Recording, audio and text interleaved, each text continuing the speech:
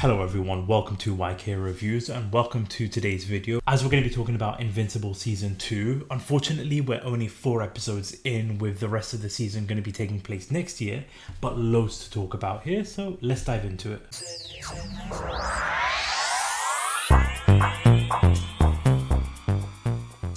Okay, now as I mentioned, with this season 2, it's split into 2 parts. You're going to have 4 episodes that just got released that we just witnessed, and then 4 episodes coming out next year, early next year. I honestly was trying to do some research, trying to figure out the reason as to why they're doing it, because I just honestly didn't understand the thought process of splitting it, just because I'm honestly loving this show. Spoiler alert, I love this show, love season 2, what they've done so far. So I couldn't find like an exact reason, whether it was delay in voice acting or designing or creating the animations or anything. Like, it doesn't look like there was any kind of reason for that. It just looked like they wanted to do like those split seasons similar to like what Netflix does with some of their series. So they just went with that route based on my knowledge. If I'm wrong, please let me know in the comment section down below.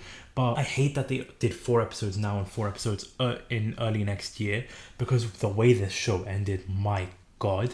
I'm going to split this review into 2 sections. So there's going to be a non-spoiler review and then a spoiler review. So you'll have timestamps in the description down below. But before we dive into all of this, and if you are new to the channel, definitely consider hitting that subscribe button. We've got tons of video coming out for the month of December. I've been a bit quiet in the month of November with just so much going on here, but there's going to be tons more videos coming in the month of December. So definitely subscribe so that you're not missing out on any of those. And if you do like this type of stuff, smash that like button, share the video, hit the notification bell, all that YouTube stuff. And also, I want to know your thoughts on season 2 if you have seen it, what your thoughts are about the first 4 episodes, what your thoughts are about overall general of the show. Let me know in the comment section down below. But when it comes to the show, because we're going into the non-spoiler section here now, with what the trailer showed, you've got a bit of multiverse factions in there, you've got a little bit of Nolan, Omni-man going to be taking part, but we're focusing on the aftermath of what happened in season 1. Now, spoilers if you haven't seen season 1, but with the big battle between Omni-man and Invincible, father and son, destruction of Chicago, and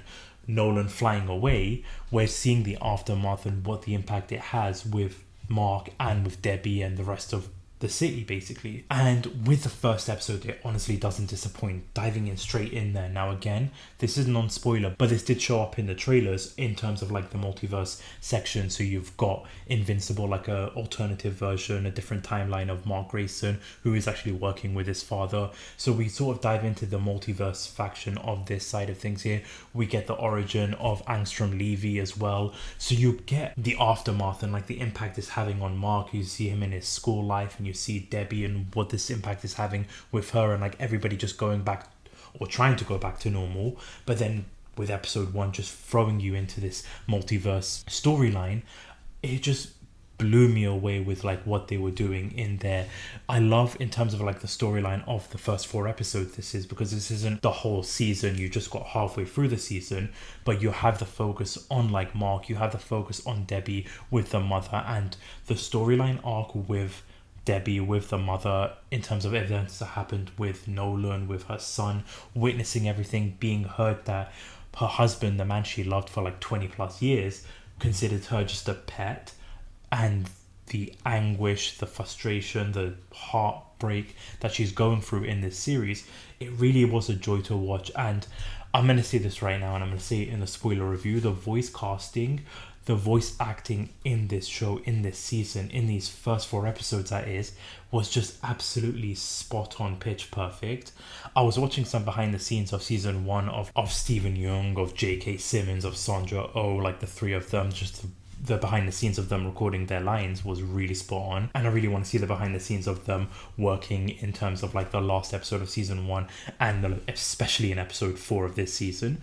But it just worked so well, and not just the focus on these 3 characters, you also have the focus on the characters that also are being introduced in the previous season, especially the focus on Atom Eve.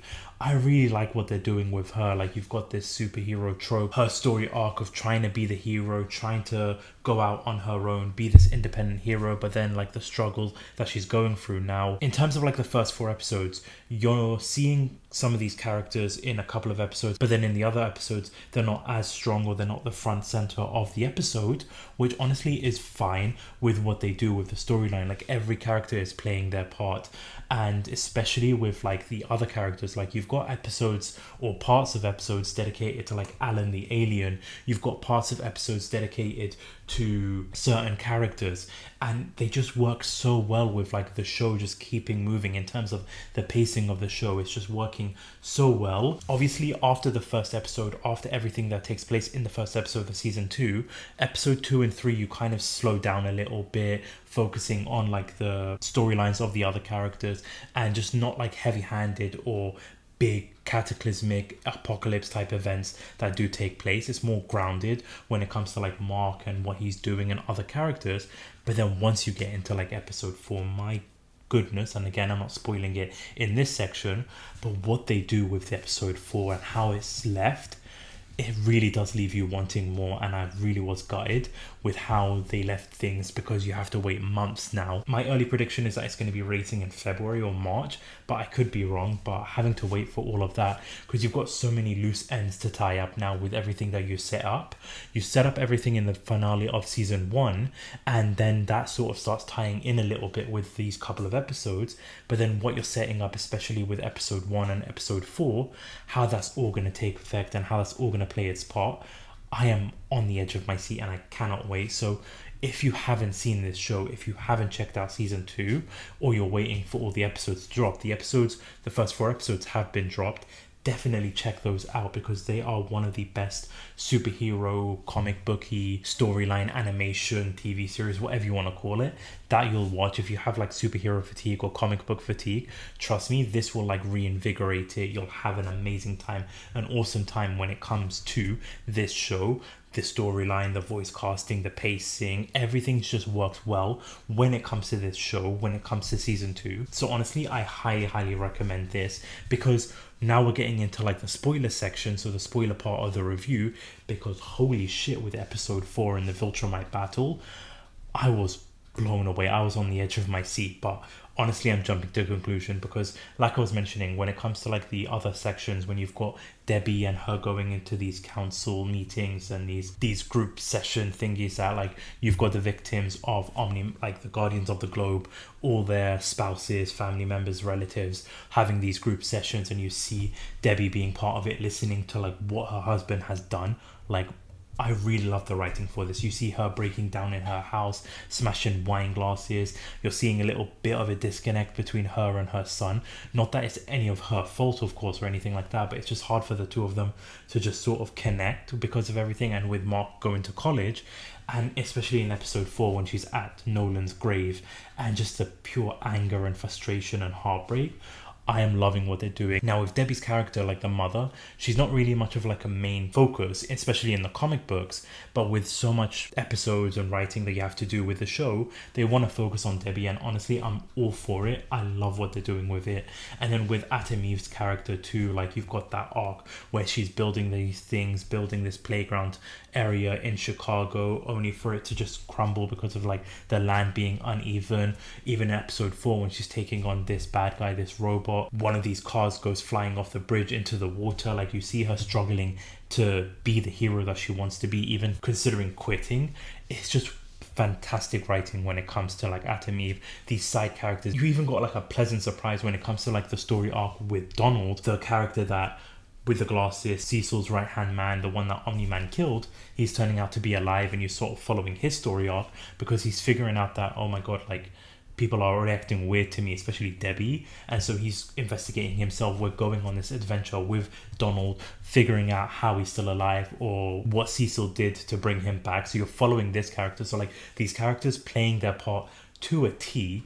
And with like episode 1, like I said, Angstrom Levy, you've got the Mauler twins, so you're focusing on this multiverse saga slightly. So you've got it as a main focus in episode 1. You see different sections or different scenes with like the multiverse version of Omni-Man, of Invincible, of them working together. Even like this messed up sequence of paralyzing the alternative version of Atom Eve, which I just thought was absolutely barbaric and amazing at the same time. They are just such an incredible duo when they are working together. And then you've got Angstrom Levy going into the timeline that we're focusing on, and then turning into this villain because Invincible, because of Mark Grayson, who messes up this whole experiment thingy going on with the Mauler twins, with Angstrom Levy, turning him into this villain. So you've got his origin story, and then you're focusing on, like I mentioned, tying up some little loose ends when it comes to other characters like Doc Seismic, for example, the alien that was from Mars in the previous season coming in, turning into the shapeshifter, working with the Guardians of the Globe. And honestly, with the Guardians of the Globe, they were kind of like this bad characters.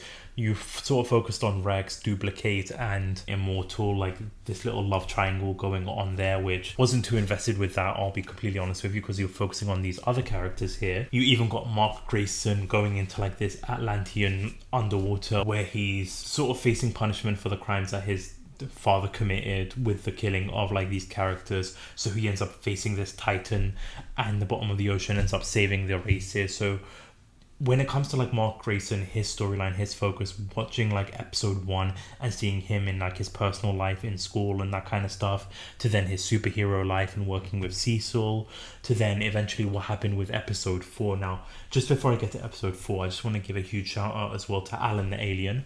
It was so great being able to see like his backstory. Like you saw a lot of like the origins of different characters. Like you've got Armstrong Levy, you've got Alan the Alien, and so with Alan the Alien, I believe that he's dead. I could be wrong, but with the way they left off everything, because of the Viltrumites finding Alan the Alien after finding out what Nolan did, ditching the planet, they tried to question Alan the Alien, but he's trying to be a hero. They end up basically just beating the living crap out of Alan the Alien, and only to end up with one of these figures from like these councils to just turn off the machine. So I think Alan the Alien is dead, which I hope is not true, because I really do like his character.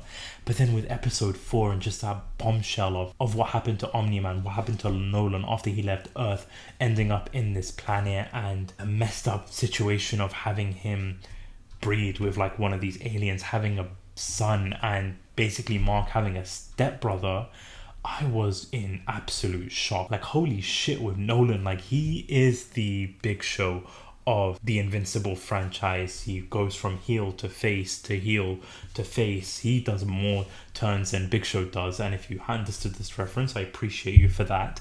But what an episode with this, especially like I was mentioning, the voice casting with Stephen Young and J.K. Simmons. Like Mark Grayson and Nolan, their chemistry together is just off the charts with the two of them, with the back and forth. I just loved everything that they did with this show, with this episode. And of course that Viltrumite battle, you've got Mark and Nolan taking on these other Viltrumites, and just the brutality of it with the way they left things. They're taking Omni-Man, Nolan back to the Viltrumite, apparently getting executed, and now Nolan is the one that's going to be preparing Earth for the Viltrumite invasion. I honestly was just absolutely shocked with this. I really was not expecting this, but you have so many things to tie into Invincible with only 4 episodes left. It's definitely ramping up, and this honestly is going to be such a fun ride. Like I said, I'm really not looking forward to having to wait such a long time for the remaining 4 episodes for the remainder of season 2, but with what they do, it's such a joy to watch. This show really is on another level, and I am all for it. I cannot wait to see what they're going to do with the multiverse section, with Omni-Man, with Mark Grayson. Like, there's so many things to tie into it.